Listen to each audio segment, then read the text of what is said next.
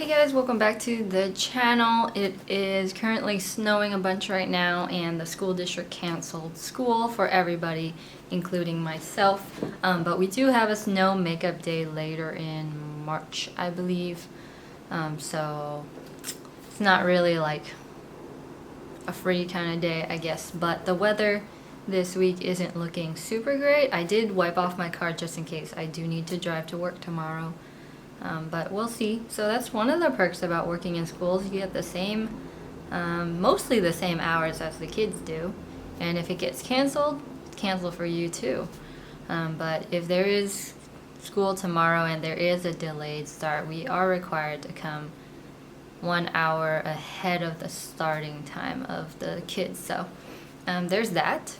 But I'm ready. But we live on a pretty steep hill, so getting down the hill might be hard, but they've been snow plowing.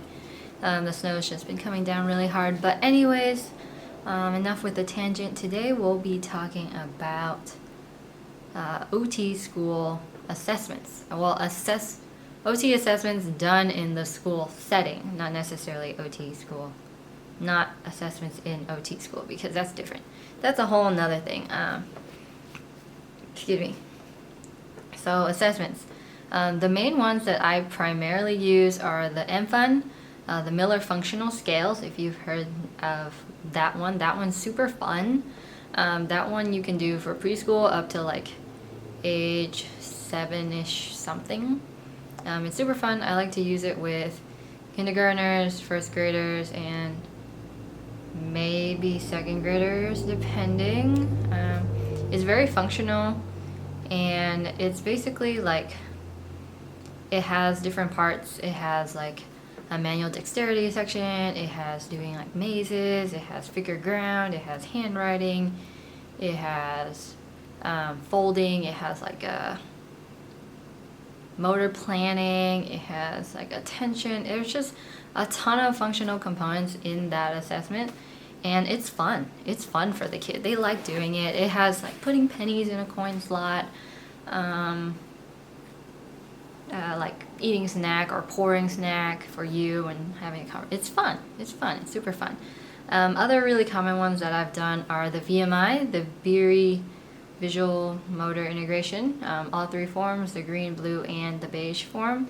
That one's super common too. I find that I tend to do that one more with my general ed students because the directions get a little bit complicated, and you definitely want to make sure like they understood the directions that you're giving them, or else the results are just invalid. So I really like those two. I've done the bot 2 twice now. I'm not a huge fan of that. It's just, it feels too testy. It's not as fun. Between the bot and the MFUN, like I'll take the MFUN over the bot like every time. It's just once they reach a certain age, it's at that point where I'm like, okay, how do I test your fine motor abilities? Probably the bot. So that's when I go to the bot. Yeah, with that one you do fine motor dexterity, you do fine motor control. Well, I know you do manual dexterity, fine motor control, and something else. But it's just not as fun.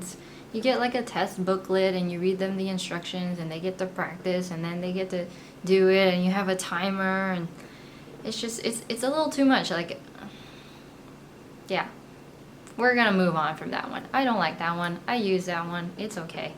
I mainly use 2 sensory assessments, the sensory processing measure and the sensory profile 2. And I use the home forms and the classroom forms for both versions. I like the sensory profile more than the SPM, but I think I've used the SPM more.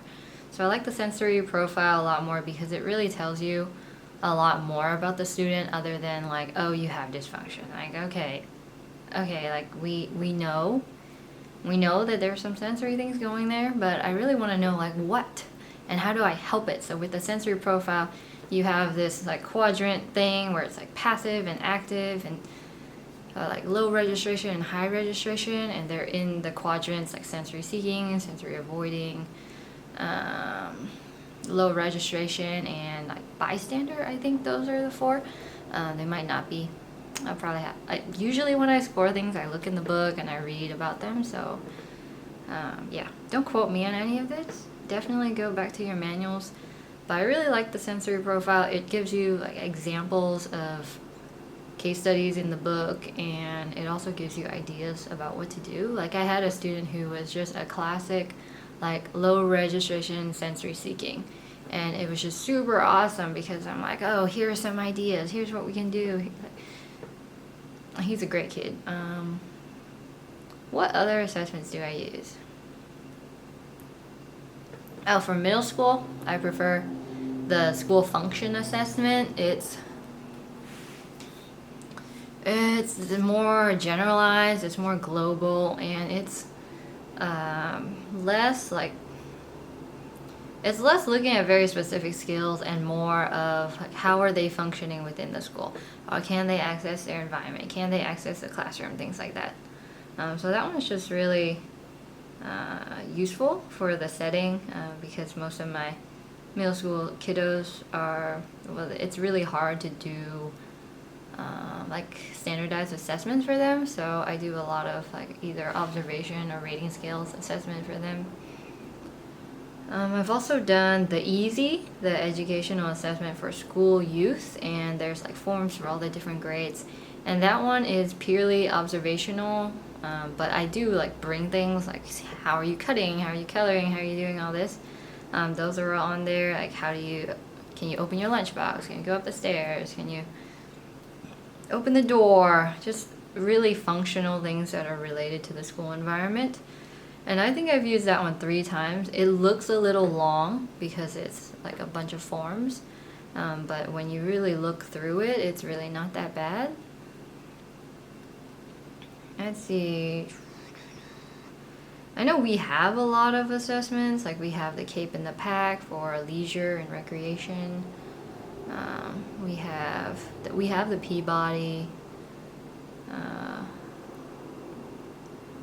think that's all I've used. I really haven't used that many. Yeah, that's it. I mean, in terms of qualifying a student, we do over 2 standard deviations in one area or over 1.5 standard deviations in 2 or more areas. The heater just turned on, so that's nice. But if you have any more questions about what kind of assessments I use within the school system, feel free to post them down below. Hit that like button if you liked it and found it useful. Subscribe if you want to see more. And I'll definitely be making more videos. I wish I had the assessments to show you, but they already have like kids' names on them, so can't do that. But yeah, if you want, I can definitely compile a really long list of all the assessments that we have. We have a lot. But it's just your preference on what you think this kid needs and what kind of information you need to like write goals that are appropriate. And also we do a lot of observation, teacher interview, parent interview, looking over like outside therapy reports and things like that as well. So it's not just from the school side, it's from a team perspective.